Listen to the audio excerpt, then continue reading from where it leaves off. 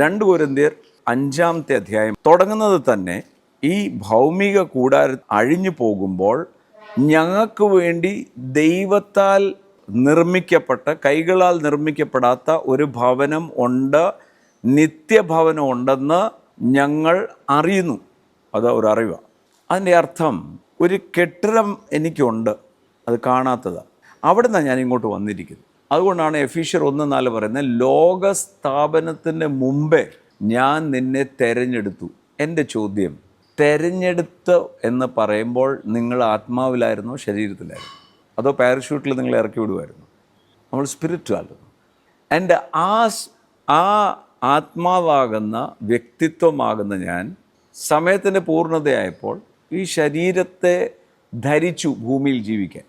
അപ്പം എൻ്റെ ഈ ഭൗമികമായ കൂടാരം അഴിഞ്ഞു പോകുമ്പോഴും അല്ലെങ്കിൽ അതിനെ മാറ്റി വെക്കുമ്പോഴും എനിക്ക് അപ്പുറത്ത് കൈകളാൽ നിർമ്മിക്കപ്പെടാത്ത ഉറപ്പും ധൈര്യമായിട്ട് എനിക്കറിയാം അവിടെ ഒരു കെട്ടിടമുണ്ട്, ഇതിനേക്കാളും മെച്ചമായ കെട്ടിടം എനിക്ക്.